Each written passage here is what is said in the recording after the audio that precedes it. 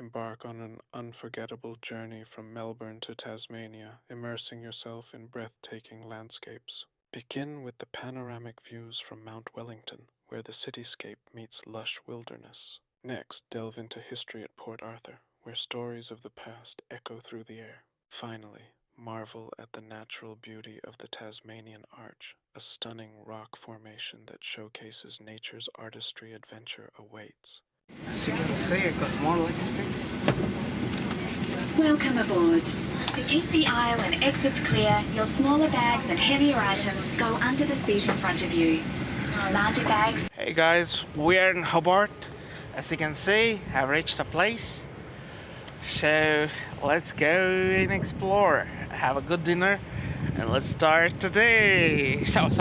Going to sleep. Let's start the day from tomorrow. See ya. Bye bye.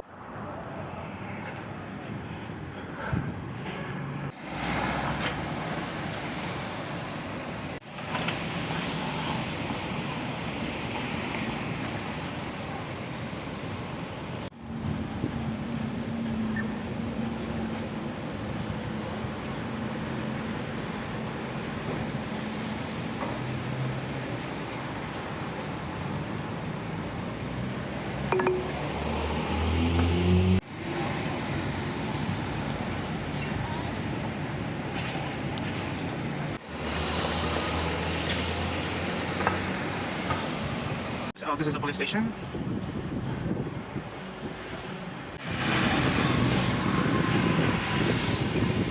So that's the University of Tasmania.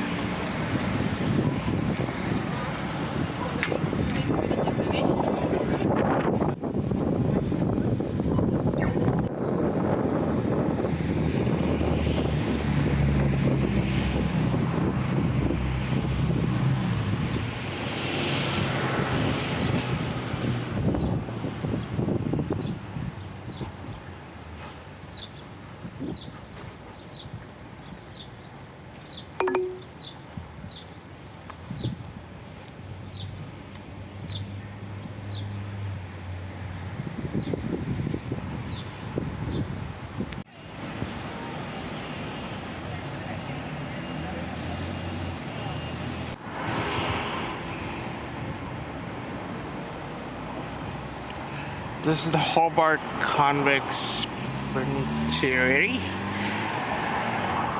We're in Salamanca Market. Take the Salamanca Street, Salamanca Place.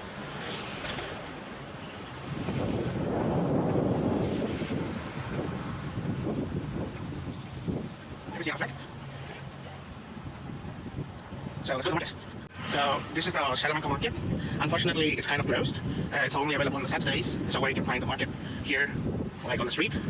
However, for today, we are just going to the top where we're going to look at the battery point and then do a walk, come back down here.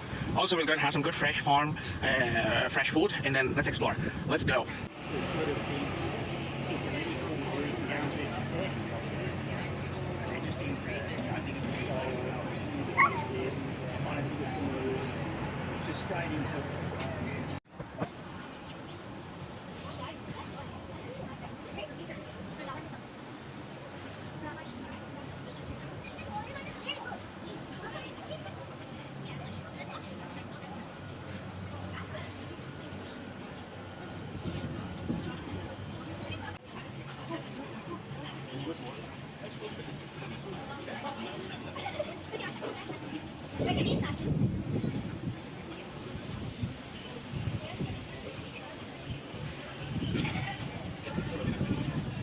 So this is the Salamanca Square.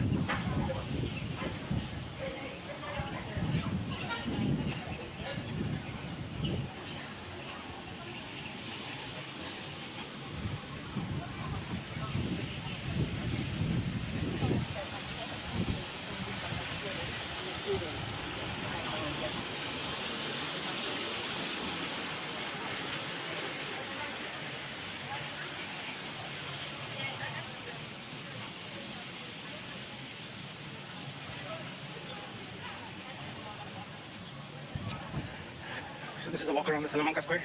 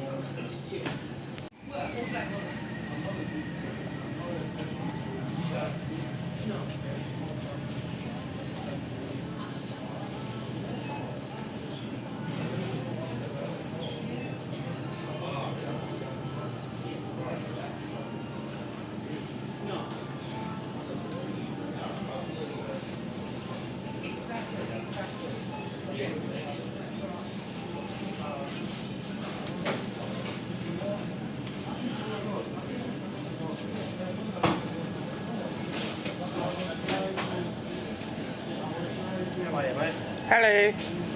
Having a look. Yeah. $10. So big. It's very big. Quite big.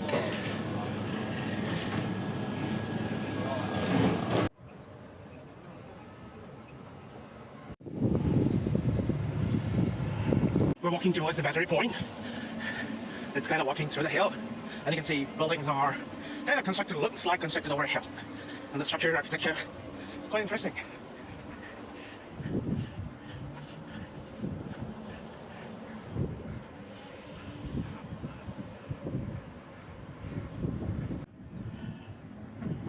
Such a phenomenal view. And now we're going to the battery point.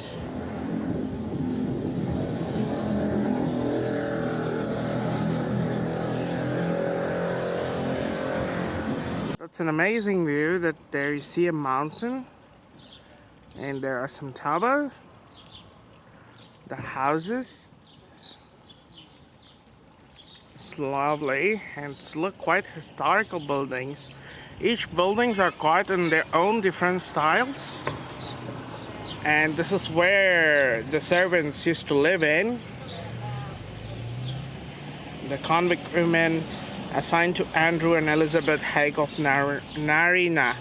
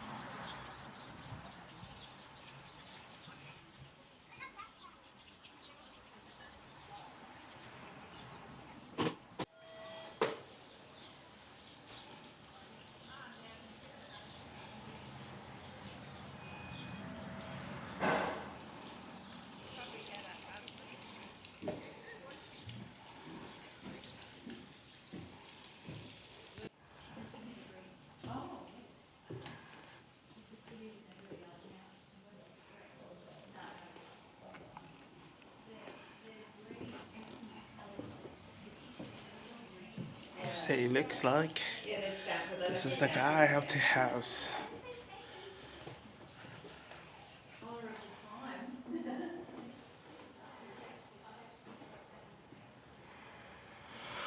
Wow. These were actual people. And that's Queen Elizabeth, I suppose. Oh, lovely.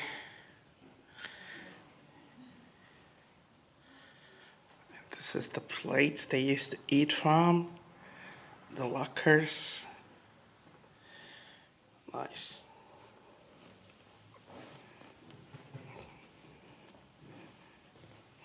The chessboard.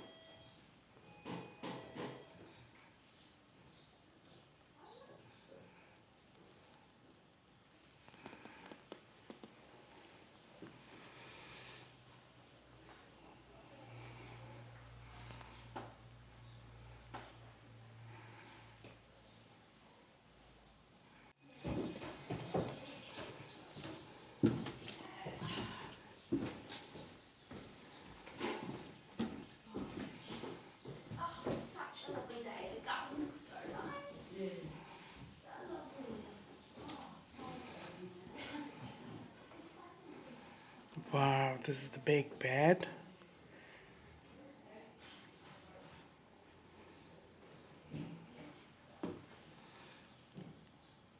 George Meredith bed.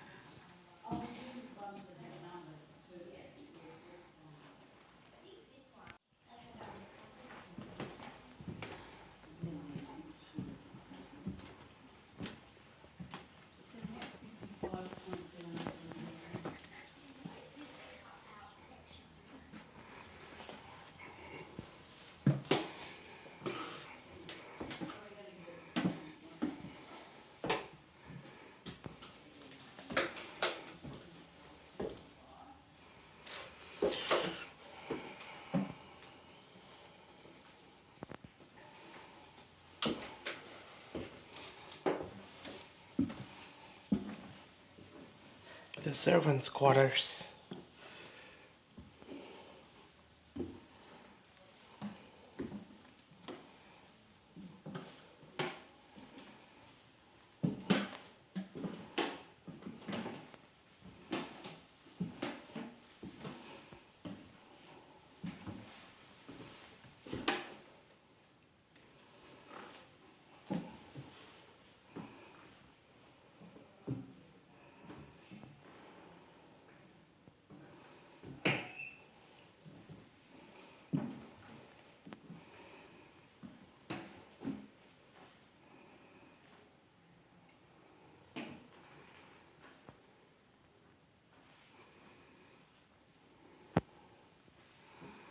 It's very small.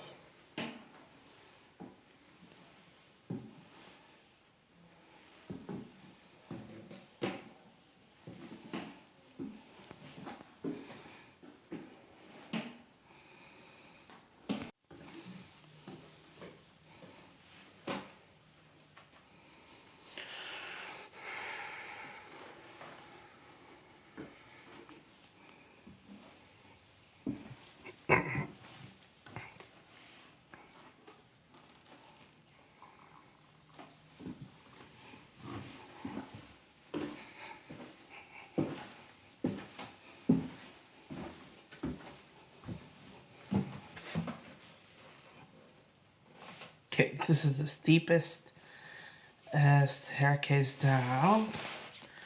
I think if I'll be able to go down. Alright, we are here now.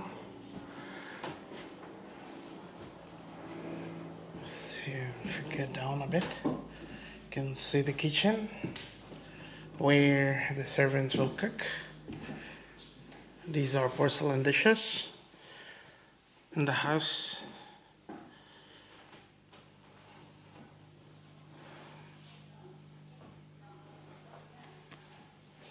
Scales.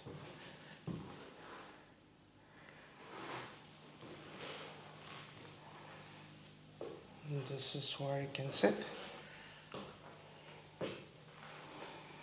Your kitchen items.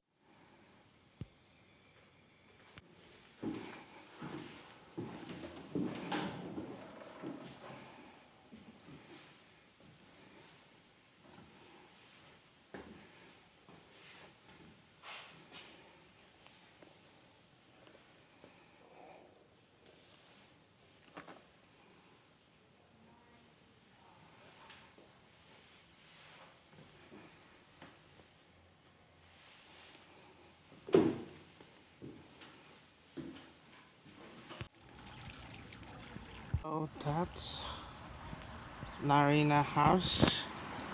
So we're going back to the battery point. Let's go. The buildings are amazing. See the landscape.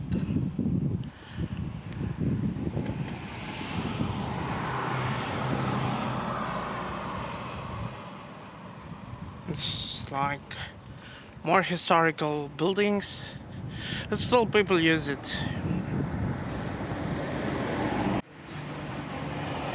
These are lily flowers, as you see. It smells so good.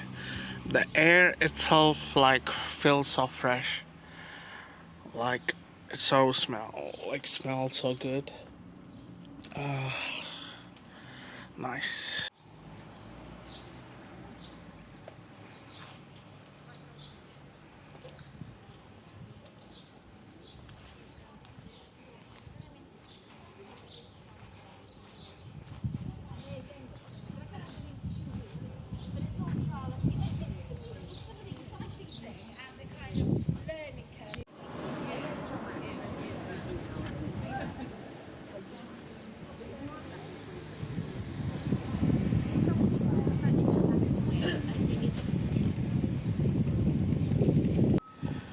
So we are close to the battery point. As you see from here, you can see the beautiful ocean.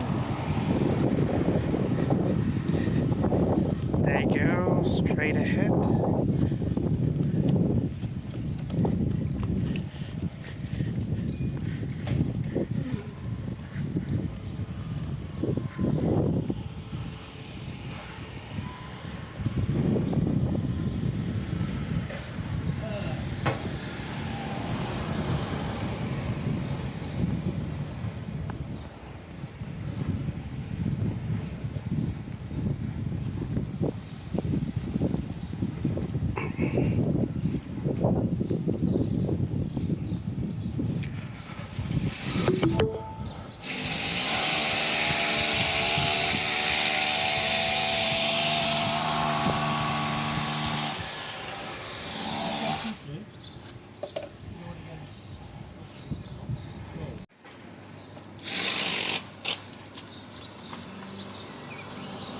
This is the community center.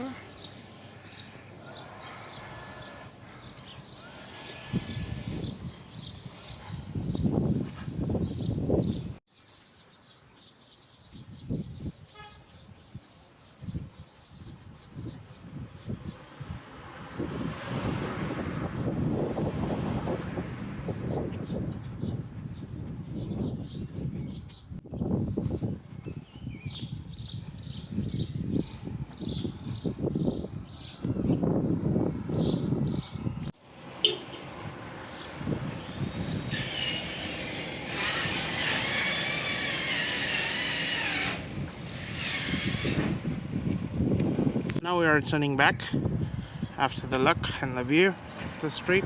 So we're gonna eat here. Check out the new pies. Yeah.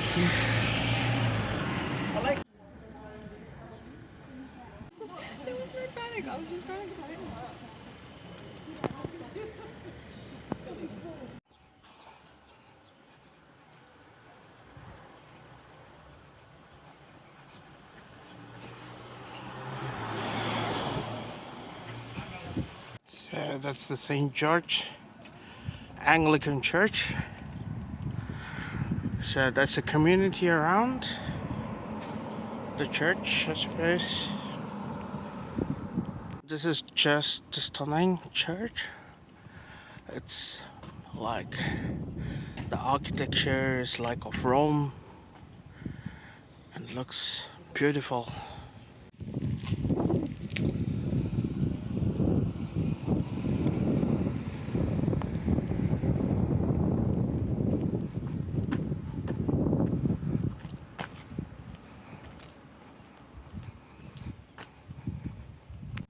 So you can see the church,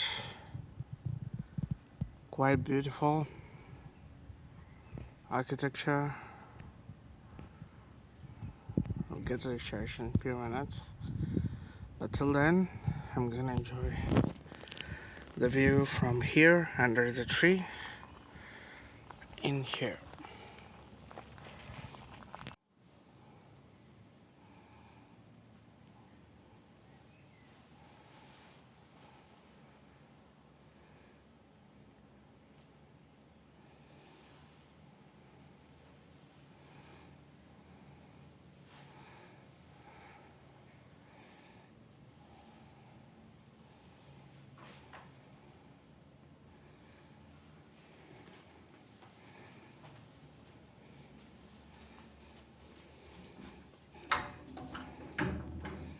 The church is closed.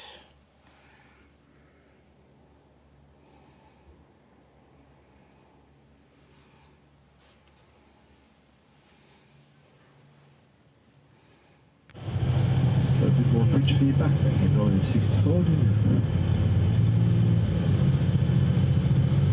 Disaster struck the bridge in 1975. Does anyone recall the Tasman Bridge disaster? An ore-carrying ship called the Lake Illawarra travelling upstream one foggy Sunday night. Current pulled it further towards the direction we're going. The valley was identified very early on in the days of the colony as a great place for vegetables, cherries, berries. This is an onion for various locations.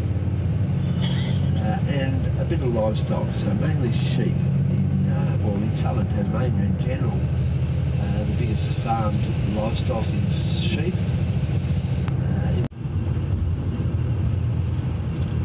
But sheep don't mind a bit of dry grass, so they're happy with that. Down through here they've been trialling a new way of feeding. Antique shops, it's got a great weight limit is 25 tonne, which doesn't exclude much at all. Now I'm just and Ross in that order are the third and fourth oldest bridges. There is another one of the pubs on the left, the Jolly Farmer Inn, another one of the many hotels. Yeah, so Campbelltown and Ross have the third and fourth oldest bridges in Australia as well. So we've got three of the four oldest. Second oldest in Sydney, somewhere near Parramatta, I think. There's a lot of reasons we have the oldest things in Australia, even though we're not the oldest colony or capital city. Sydney is, and I'll explain some of those reasons a bit further down the road. Here is the oldest Catholic church in Australia, St John's, built in 1836. Sydney had the oldest, St Mary's, that burnt down in the late 19th century, left this one as being the oldest. Now, if you do come to Richmond at some point and explore the town, you can inspect the church. You can go inside and have a look. It's open for inspection, so that's really cool. And if you do go there, you would see a little... Don't stop though. So Thomas Francis O'Meara, he was an Irish political convict. There was many of them transported here from England. He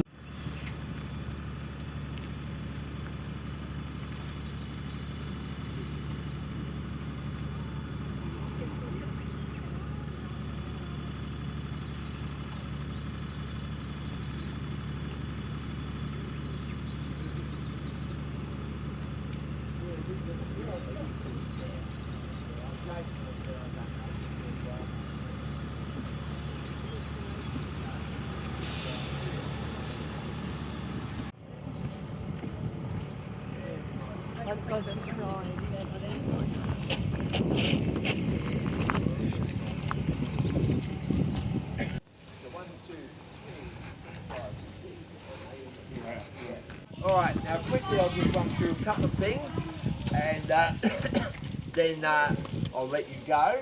Firstly, if you want to stick with me just a little bit longer after this, we'll just go down into that grass area. It's a fairly central place, and I'll point out the buildings and tell you about the various buildings, give you a little bit. Okay. So that's that. That's what that is. We leave here at 3:20 today. 3:20. Yeah. Right. So that's very important.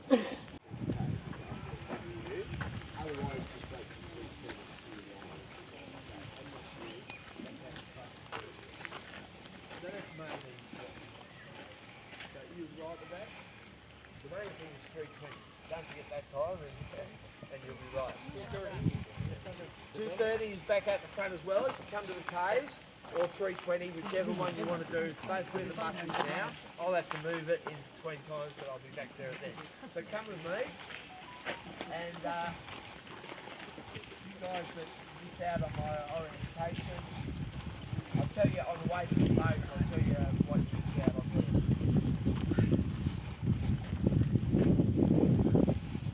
Those kids are playing, but over the road there is some wood chopping stumps, 5 of them in particular. That is Australia's very first and oldest, longest running wood chopping carnival. Happens there every New Year's Day, and it started back prior to 1877. They started the competition. It was the very first in Australia. Most of the, obviously in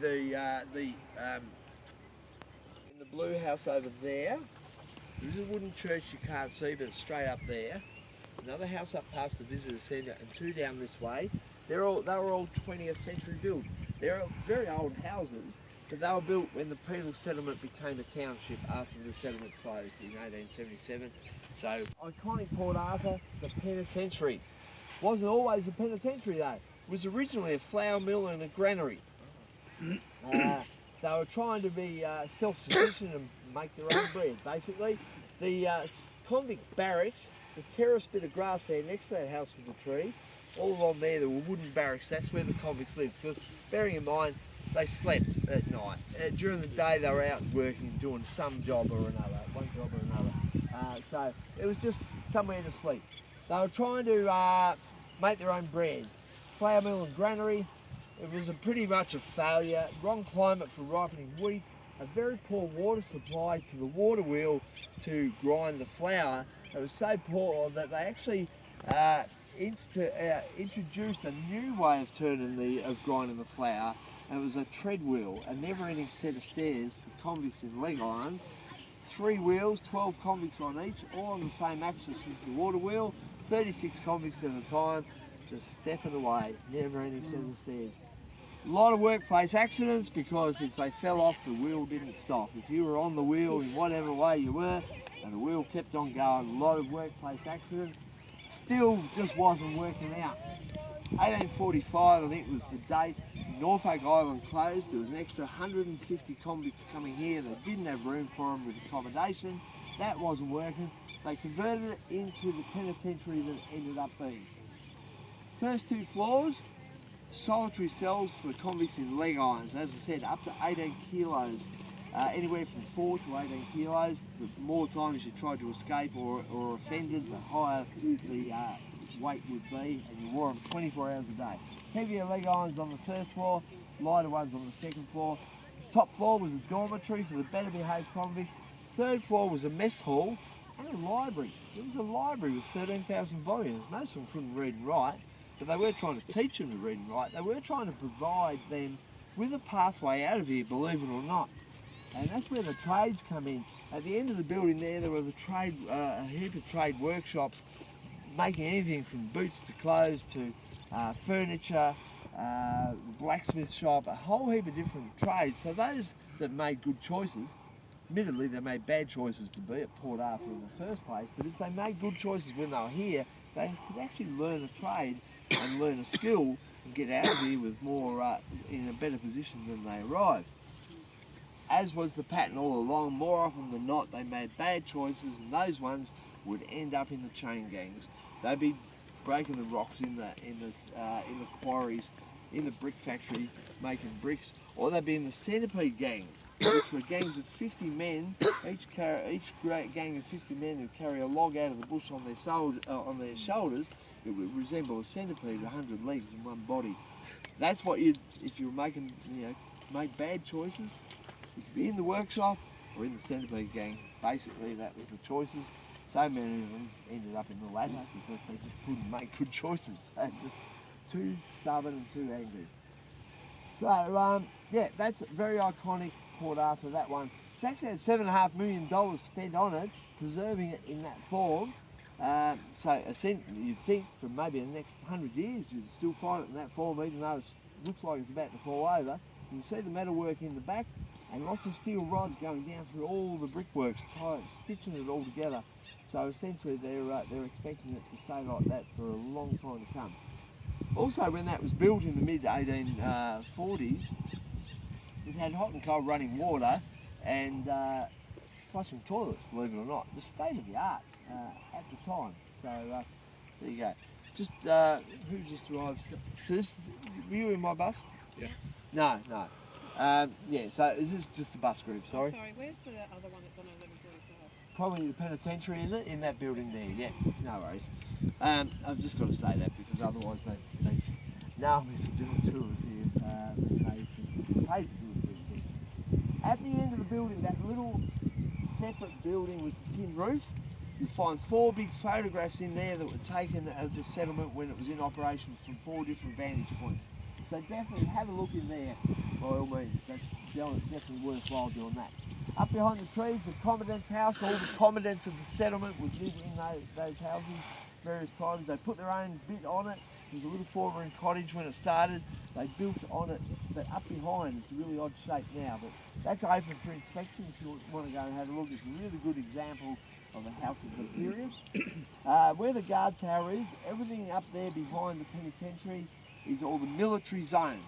Right up to the top of the hill they have the soldiers' barracks, officers' quarters, a school for the officers' children, guard tower, magazine, admin block, courthouse, all in that area there. With the archways on it on top of the hill was the hospital. State of the art when it was built. Best hospital in Van Diemen's Land. Still had no anaesthetic though, so you probably wouldn't want to go there by today's standards, but back then it was probably the place to go. So that's the hospital. Now, that little house on top of the hill, I mentioned William Smith O'Brien, leader of the Young Ireland movement, the Irish political prisoner. That's where he lived, on top of the hill in that house. On the top of the hill, like royalty. He was Irish and they were British. Why did they look after him? They said it was because he come from a wealthy family, very to-do. His position in society earned him the right to have his own house on top of the hill. It was a bit of crap, really. There were so many Irish convicts here, he had so much influence over them that he could cause real problems for the authorities. So they looked after him, gave him his own little house. He was confined to quarters. He had a little yard, used to grow flowers. If you're interested in that story, you guys are. This is the government cottage for visiting government officials.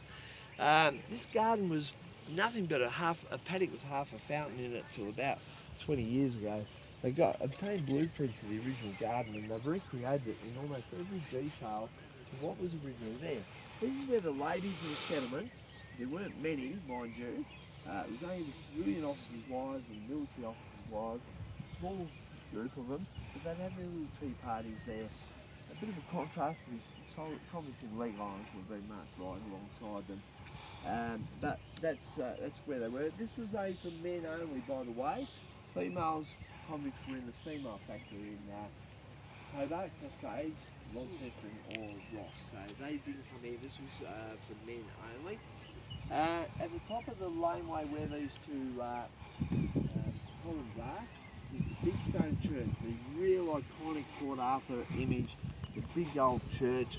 It was built for 2,000 parishioners, 2-storey, wasn't consecrated, all religions could worship there. It fell victim to its own fire in 1884. It's just a shell of a museum and a cafe, not positive the cafe's open. It probably should be. So a third option to get food is a cafe. Go and eat where the losers eat if you like. But it is a museum. And the thing with the separate prison, all these ruins they won't restore because it's not authentic. It is what it is, and they've all the bricks have been put there by convict labour 200 years ago, roughly. The separate prison is a little bit of an exception to that. They did restore it, probably about 75% of it, to its former glory. And the reason they did that was they felt it couldn't properly tell its story in ruins, so they restored it. So for that reason, it's the best preserved and best interpreted building on site. It's very eerie, especially if you go in the punishment cell, especially if you dare to shut the door in the punishment cell. Up to you if you do that. But definitely go and have a look at that building.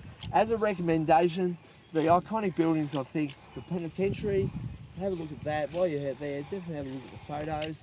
The separate prison, have a look in the asylum, the church, maybe go in the haunted house if you want.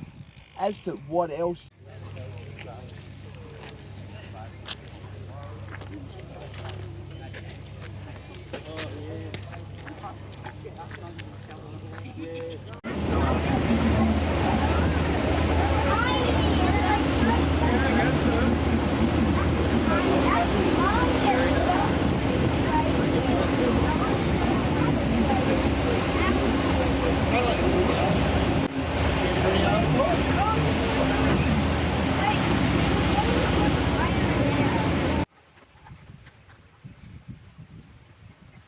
So this is the private residence of this person.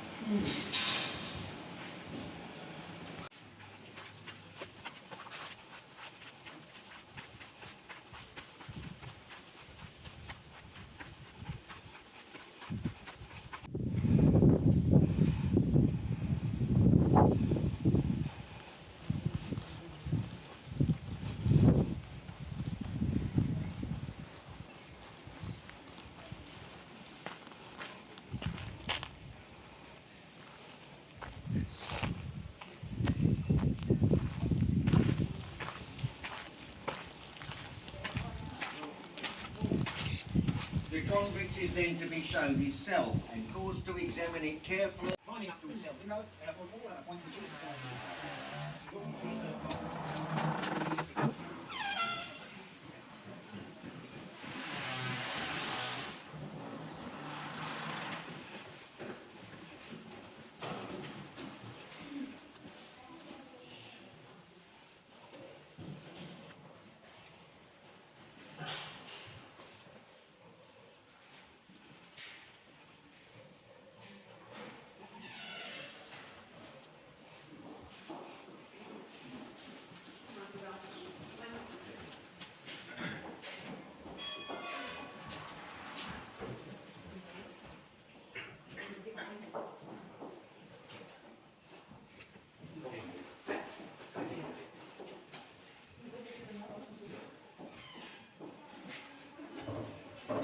That's open here.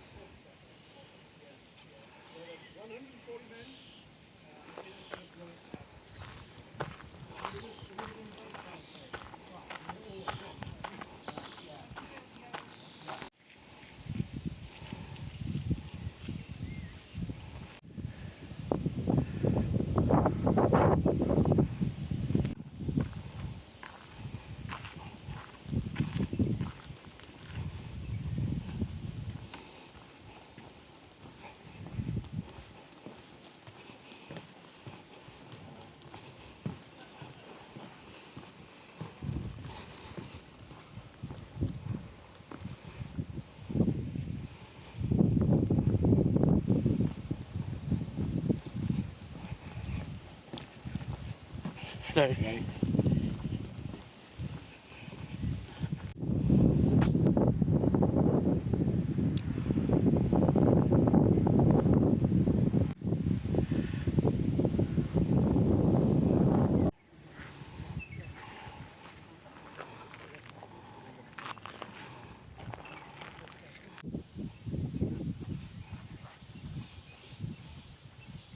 This is the reservoir.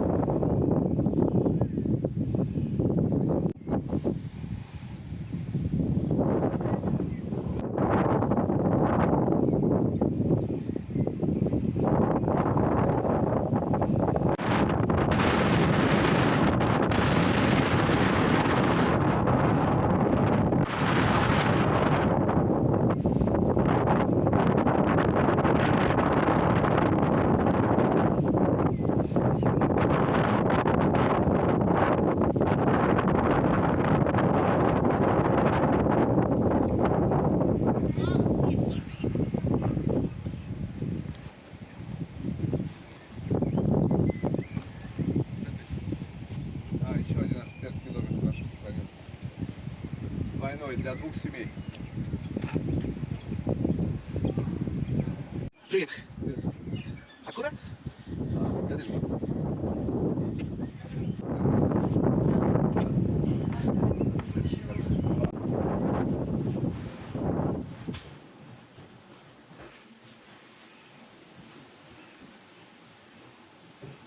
Hello.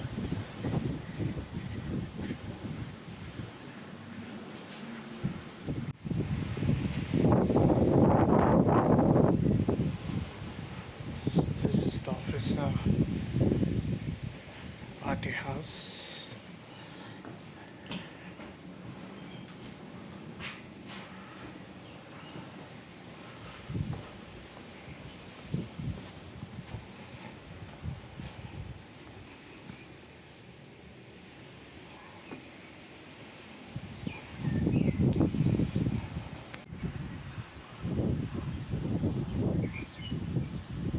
I was in Sydney.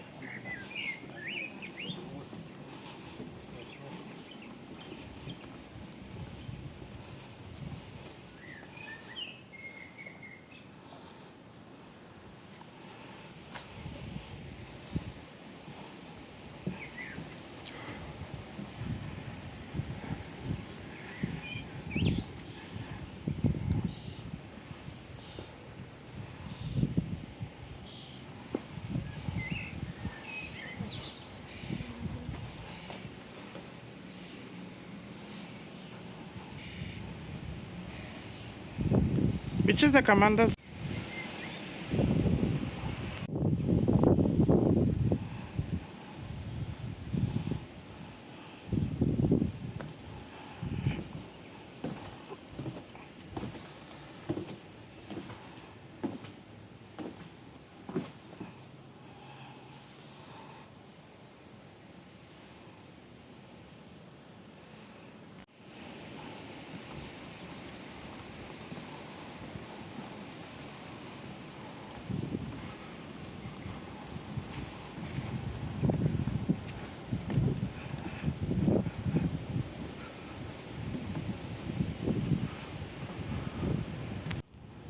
Is that the commander's house?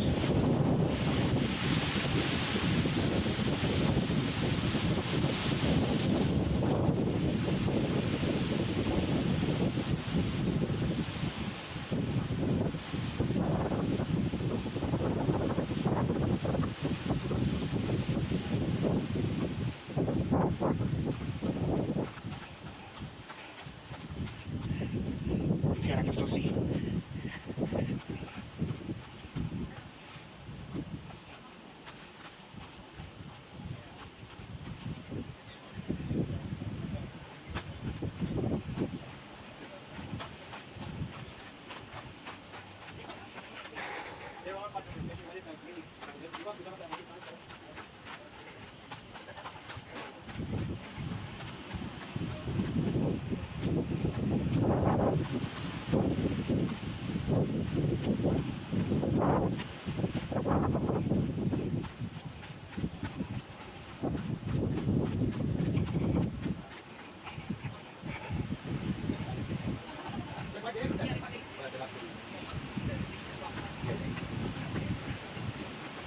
Hello. This is the commandant's house.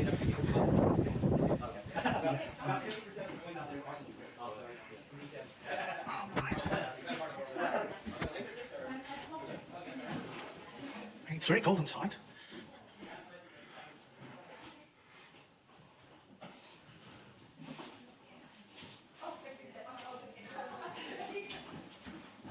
Yeah, it's clay.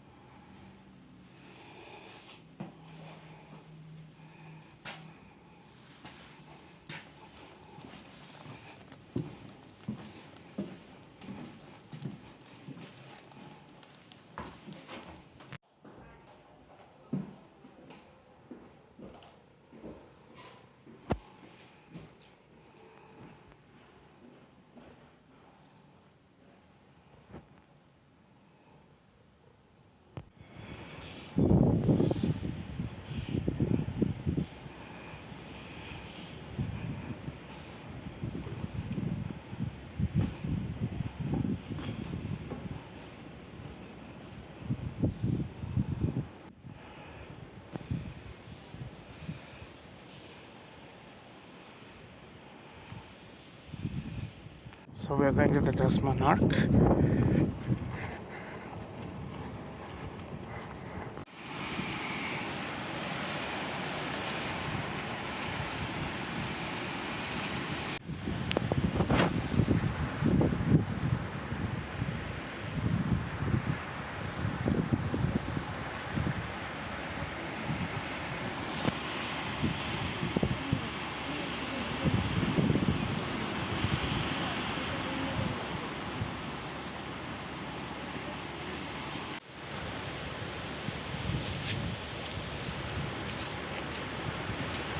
Tasmania, South America. That's the closest land to the west, which is the longest uninterrupted stretch of ocean in the world, apparently. And the bus is parked roughly southward looking toward Antarctica. We're about 3,000 kilometres. And to the right is Bruny Island, jutting out from the ocean. The oldest lighthouse in Australia is in this direction as well. If you've got good eyes, you can see it on a little island behind Kingston. It's got a white speck in the middle of the island, and that's they used to put convicts there and maintain the lighthouse with whale oil. It's now solar powered. But this is a beautiful view from 700 metres. So if you've got questions, yell out. Now, where is...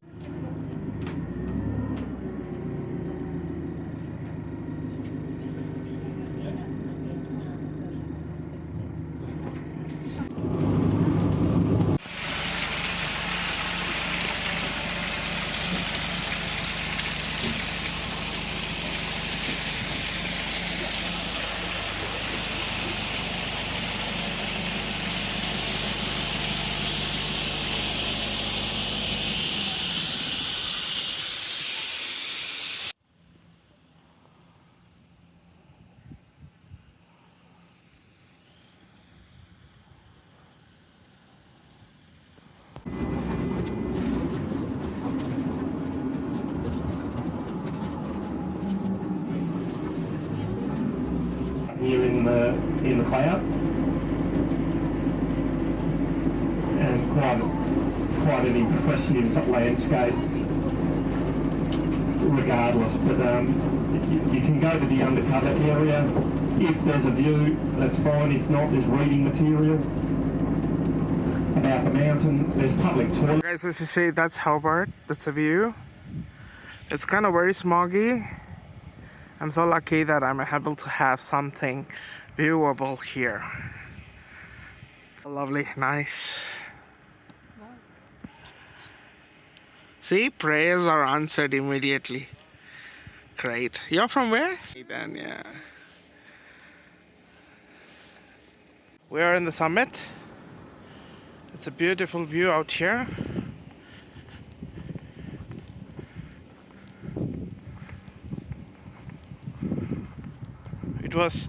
It was a bit smoggy and just cleared, like in just few minutes.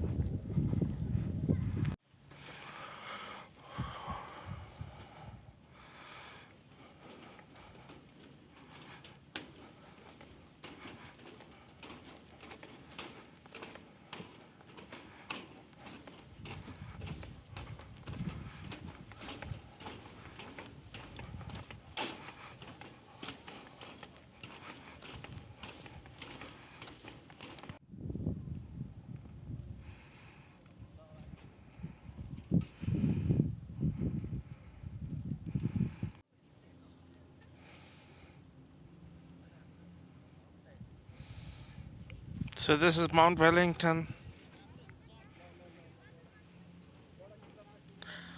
We are done with the Mount Wellington.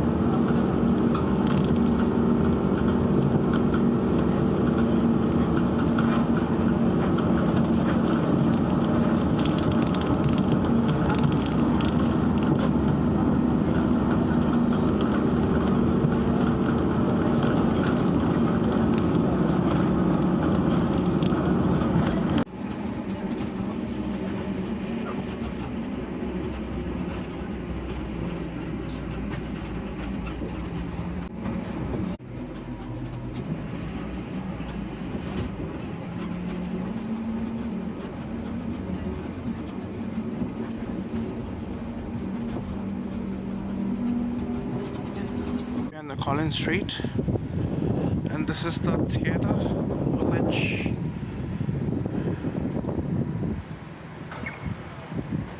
We're getting into the theatre.